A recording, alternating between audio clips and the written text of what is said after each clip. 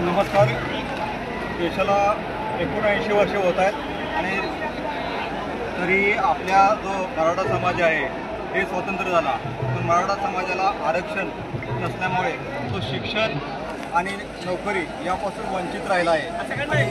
आज 45 वर्ष आपल्याला फक्त आशा दाखवली जाते. 9 मुख्यमंत्री झाले मराठा समाजाचे, पण त्यांनीही त्याची दखल न घेता फक्त मराठा समाजाचं जेव्हा मतदान येतं त्यावेळेस फक्त हा माझा पाहुणा, तो माझा पाहुणा आणि मतदान संपलं का त्यांना विसरून जाणारे हे मराठीचे राज्यकर्ते.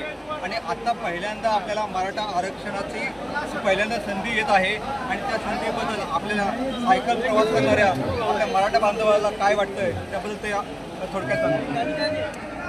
नमस्कार. आज आपण सर्वत्र आझाद मैदानाला हजेरी लावली व मराठा समाजाच्या आंदोलनाला चांगल्यात चांगल्या प्रकारचा प्रतिसाद देऊन मराठा समाजाला एक नवीन उमेद दिलेली आहे. त्याच्यामुळं मी सर्वप्रथम इथे येणाऱ्या माणसांचं आभार न मानता मी त्यांच्या आईवडिलांचं मानतो. आता त्यांनी तुमच्यासारख्या मुलांना मुलींना जन्म दिला, त्याच्यामुळे पहिला आभार त्यांचा. आणि सर्वात मोठी गोष्ट म्हणजे मराठा आरक्षण हा मुद्दा नुसता आता आरक्षणाचा किंवा नोकरीचा राहिलेला नाही, तर हा मुद्दा आपल्या मराठा जातीच्या अस्तित्वाचा राहिलेला आहे. का तर मराठा समाजाला संपवण्याचे काही प्रयत्न चालू आहेत. मराठा समाज एक मिनिट. आपला मराठा समाज आहे ना, त्या समाजातून छत्रपती शिवाजी महाराज निर्माण होतात. त्या देशाला छत्रपती शिवाजी महाराज मराठा समाजातून निर्माण होतात. आणि त्याची जर परिस्थिती हलाखीची असेल तर आता जे प्रस्थापित राजकारणी आहेत त्यांनी समजून जावं की बाबांनो आता राजकारण खेळायचं बंद करा आणि जास्त विटीस न धरता मराठा समाजाला आरक्षण दिलं पाहिजे. त्याबद्दल आपल्या भावना काय वाटतं ते सांगतील. मराठा समाजाला जर आरक्षण दिलं तर आर्थिक सगळ्याच परिस्थिती मराठा समाजाची सुधारणार.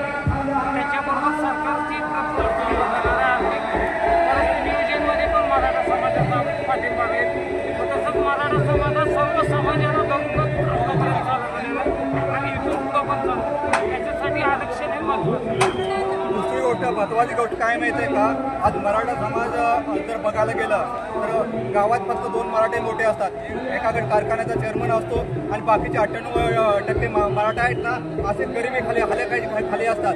आता मी ज्या तालुक्यातून येतो मंगळवेढा संत दामाजी कारखाना, ओके. आणि त्यावेळेस मी एक 2016ला प्रश्न केला होता की बाबांनो मराठा समाजाबद्दल काय वाटतं तुम्हाला. ते साखर कारखान्याचे चेअरमन होते, ते संस्थापक आहेत.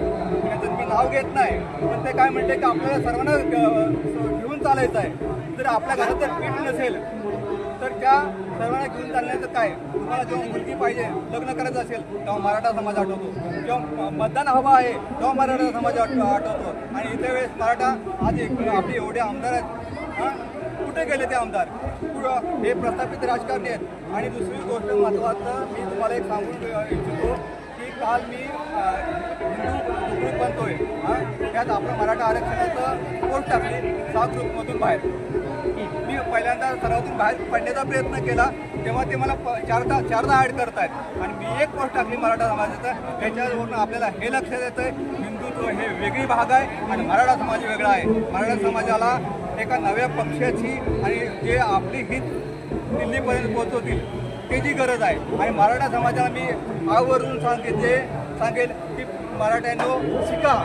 पहिल्यांदा काय माहिती आहे का, मराठा समाज शिकला नाही. आता दोन्ही बाजूने शिकले लोक, पहिले ब्राह्मण शिकले, नंतर आता हे शिकले.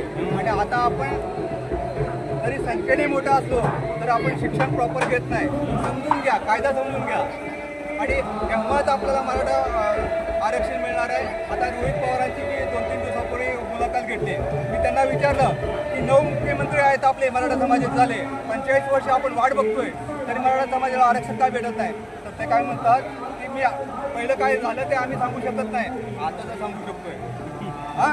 तर मी म्हटलं मग आता सांगा काय करायचं. तर ते सांगतात की कोर्टात टिकेल असं ते आरक्षण हे करा. आणि दिल्लीत आपण सुप्रियत आहे म्हणल्या की आपण सर्व पक्षाने एकत्र या आणि आपण मोदी प्रश्न मांडूया. पण सर्व पक्ष एकत्र येणार आहेत का, नाही आहे. त्यासाठी मी मराठा समाजाला सांगेल की जे आपले खासदार आहेत ना मराठा, ही आपली बाजू घेतील त्यांना पुढे करा. आणि संघटित व्हा, शिक्षण घ्या आणि व्यापार करा. कुठलंही काम करायला लाजू नका. आणि का ते त्या भावांची हालत आहे ना. एका बाजूला माझा मराठा फॉर्च्युनरमध्ये फिरतो आणि एका बाजूला 98% मराठा माझा सायकलवर आहे. आणि छोटंसं वाक्य सांगतो, मराठा आरक्षणची ही लढाई कुठली व्यक्तिगत लढाई नाही, कुठल्या व्यक्तीबरोबर नाही, नाही कुठल्या समाजाबरोबर आहे. ही लढाई आहे फक्त निर्दयी सरकारशी. एवढंच मी बोलून मी माझं परत एकदा मी सांगतो की आपली लढाई कुठंच नाही आहे. पहिल्यांदा ज्यांना रिझर्वेशन दिलं तिथं कुठेही मोर्चे निघाले नाहीत, कायदे निघाले नाहीत, बरोबर आहे. आणि सर्वात महत्त्वाची गोष्ट आहे, आपल्याला काय पाहिजे की शिक्षण आणि नोकरी हे मिळवण्यासाठी आपल्याला कायदेशीर आपल्याला पुढे जायचं आहे. धन्यवाद.